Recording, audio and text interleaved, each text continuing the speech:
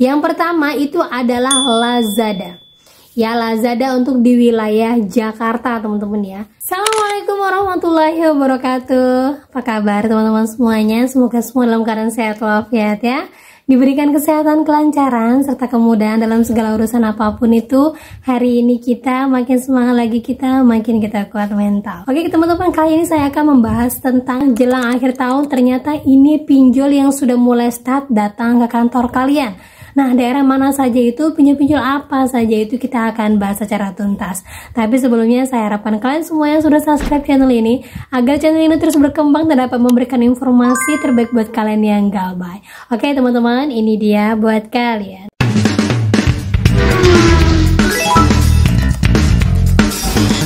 Oke teman-teman, jadi seorang teman yang membagikan informasi bahwa dia baru aja mau melakukan pinjaman di salah satu pinjol yaitu Ada Kami. Pada saat dia coba untuk daftar, ternyata keluarlah notif yang mana mengatakan bahwa data dia sudah digunakan atau akun dia sudah digunakan oleh nomor telepon yang sama sekali tidak diketahui. Nah, bagaimana caranya seperti ini kalau kita mau menghapus nomor telepon dan akun tersebut? Nah, seperti ini teman-teman ya. Jadi dia coba untuk mendaftar pinjol Ada Kami. Pada saat dibuka ternyata nomor KTP-nya sudah pernah ada yang menggunakan dengan nomor telepon sekian-sekian. Akhirnya karena dia merasa belum pernah menggunakan aplikasi ini kebingungan dan dia coba untuk menghubungi CS melalui aplikasi tersebut. Nah, dia coba tanyakan kebenaran informasi tersebut dan CS mengatakan bahwa nomor KTP-nya sudah pernah digunakan dengan nomor sekian-sekian. Dan cuman saya ini coba untuk konfirmasi ulang lagi ke Ada Kami, menyampaikan bahwa dia sama sekali tidak pernah melakukan pinjaman bahkan menggunakan KTP-nya untuk pinjol manapun. Akhirnya dari Ada Kami menyarankan untuk memverifikasi ulang, yaitu mengirimkan nama dan KTP-nya karena memang terbukti ada pinjaman sebesar 2 juta yang masih aktif sampai sekarang. Dan dia coba untuk melakukannya dan mengkonfirmasi bahwa dia belum pernah melakukan pinjaman sama sekali. Nah, hal yang seperti ini apakah boleh Mbak memberikan data kita kepada CS Ada Kami-nya sementara kita belum pernah menggunakannya? Jawabannya boleh. Yang penting kalian melakukan konfirmasi melalui aplikasinya ataupun di websitenya, bukan melalui nomor WA ataupun nomor-nomor yang menelpon kalian, bukan. Kalau yang seperti ini adalah resmi, jadi insya Allah terjamin data kalian. Gitu ya teman-teman ya cara mengatasinya, dan jangan membiarkannya berlarut-larut agar hutang yang bukan milik kalian tidak diakui oleh mereka dan kalian tidak tertagih. Nah, itu dia teman-teman ya. Dan juga ada seorang teman yang membagikan bahwa dia dulunya pernah punya akun Gojek. Kemudian tiba-tiba pada saat dia buka email ada notifikasi dari Gojek yang mengatakan bahwa akunnya saat ini sedang ada yang mencoba untuk membobol dari jenis HP ini dengan nomor telepon ini. Kalau memang itu bukannya dia, coba untuk klik cek aktivasi. Nah, seperti ini bentuknya teman-teman ya. Dia dapatkan email dalam informasi ada yang mau login ke perangkatnya dengan nomor sekian, kemudian pakai perangkatnya ini. Terus jika ini bukan kalian boleh ngeklik cek aplikasi. Nah, kalau yang seperti ini berbahaya enggak? Jawaban dari saya bisa berbahaya, bisa tidak. Tetapi untuk lebih amannya, bagusnya ini kalian screenshot terus kalian masuk ke aplikasi Gojek kalian, chat adminnya, sampaikan apakah ini benar email dari kalian atau bukan. Karena pernah saya bagikan di vlog kalian tentang akun Shopee yang minta aktivasi karena adanya aktivitas mencurigakan. Nah, khawatirnya ini spam-spam yang sama. Jadi buat teman-teman semuanya yang dapat email dan diminta untuk klik ini, walaupun itu terkesan resmi dari aplikasinya, jangan pernah lakukan.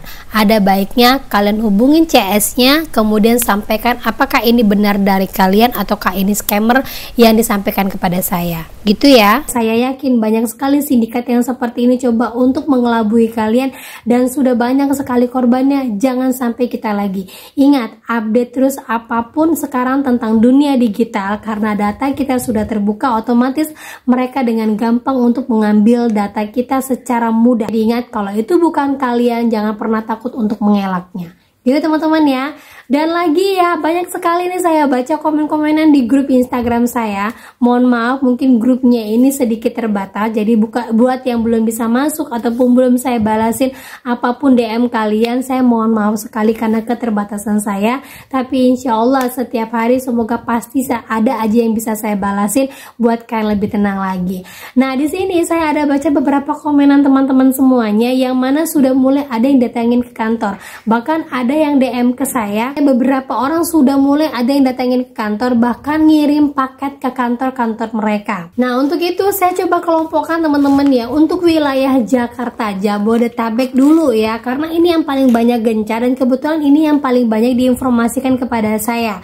Jadi buat kalian yang bekerja, ingat, kalian bisa mulai pelan-pelan terbuka dengan mungkin yang pertama dengan resepsionis kalian dulu, ataupun dengan security, bahwa kalau seandainya ada orang yang mencari saya, sampaikan jangan membuat keonaran. Ada sebagian orang mengatakan nggak apa-apa sih dia datang ke kantor, gampang nanti bisa ditangani oleh security. Tetapi ada sebagian orang yang mentalnya juga belum siap. Jadi ada beberapa pinjol-pinjol ini, semoga kalian tidak ada yang galbay di sini. Kalaupun ada, kita carikan solusinya. Yang pertama itu adalah Lazada. Ya, Lazada untuk di wilayah Jakarta teman-teman ya. Kemudian Shopee. Ya, lanjut lagi Kredivo. Lanjut lagi itu Tunaiku. Lanjut lagi Singa ID.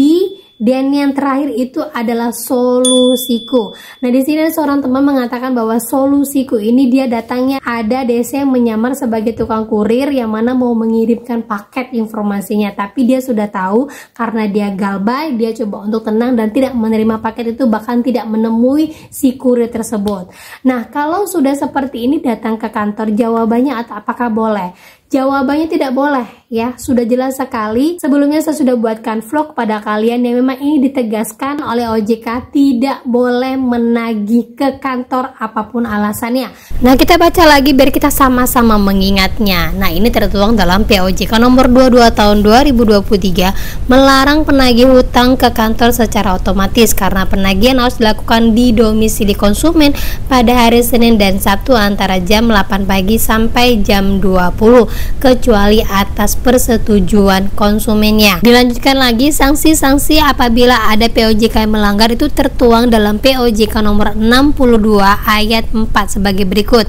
Yang pertama, sanksinya peringatan tertulis, pembatasan usaha, pembekuan produk, pemberhentian pengurus, denda administrasi, pencabutan izin produk, dan terakhir itu adalah pencabutan izin usaha. Nah, lanjut lagi dijelaskan dari pasal 62 POJK tahun 2023 yang mengatur denda administrasi dapat dikenakan sebanyaknya yaitu 15 miliar, dan ini sudah pernah ada dibebankan ke beberapa pinjol-pinjol. Kalian bisa scroll vlog saya, sudah ada banyak sekali pinjol yang disanksi sama OJK dan akhirnya mereka membatasi usaha mereka.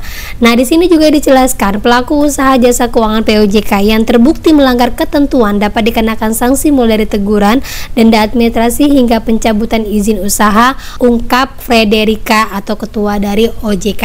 Hal ini disampaikan menanggapi fenomena penagihan utang oleh debt collector yang kerap berujung dengan aksi kriminal dan tidak sesuai dengan aturan yang berlaku. Nah, ini benar teman-teman ya. Jadi buat kalian yang ditagih oleh pinjol ke kantor, sampaikan hal ini, pasal-pasal ini kepada security kalian biar security kalian paham, jadi bisa mengusir debt collector secara baik agar tidak menimbulkan kericuhan di kantor.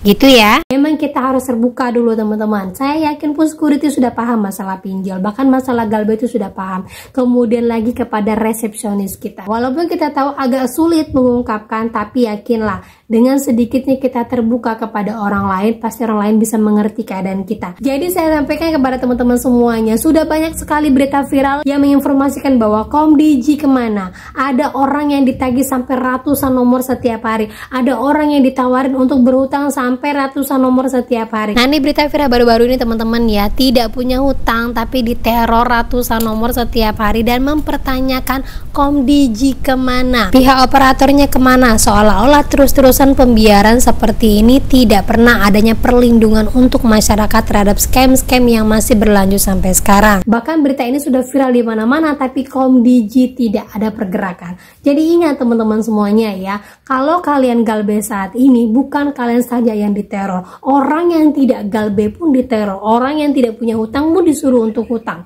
Jadi kalau kalian tidak berani untuk galbe, berarti kita sendiri tidak pernah memutuskan namanya rantai hutang di Indonesia. Kalau semakin banyak orang galbe, semakin para pengusaha itu berpikir apakah mau melanjutkan usaha atau tidak, apakah mau merugi atau tidak, apakah mau mendapatkan untung atau tidak.